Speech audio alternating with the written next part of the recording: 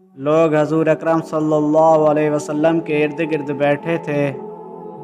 حضور اکرم صلی اللہ علیہ وسلم نے فرمایا، ابھی تھوڑی دیر میں تمہارے پاس ایک جنتی آدمی آئے گا۔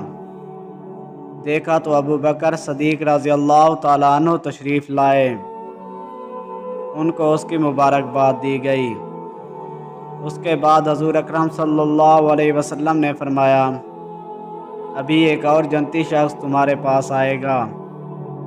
پھر حضور اکرم صلی اللہ علیہ وسلم نے اپنے دست مبارک اٹھائے اور دعا فرمائی کہ اے اللہ، آنے والا شخص علی رضی اللہ تعالیٰ عنہ ہو، آنے والا شخص علی رضی اللہ تعالیٰ عنہ ہو۔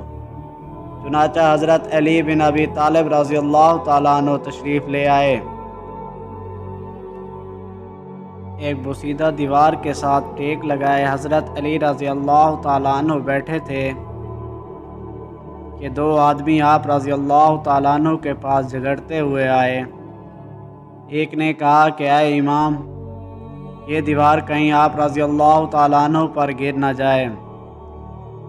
حضرت علی رضی اللہ تعالیٰ عنہ نے کامل ایمان اور بھروسے کے ساتھ کہا کہ اللہ تعالیٰ کی حفاظت ہی کافی ہے۔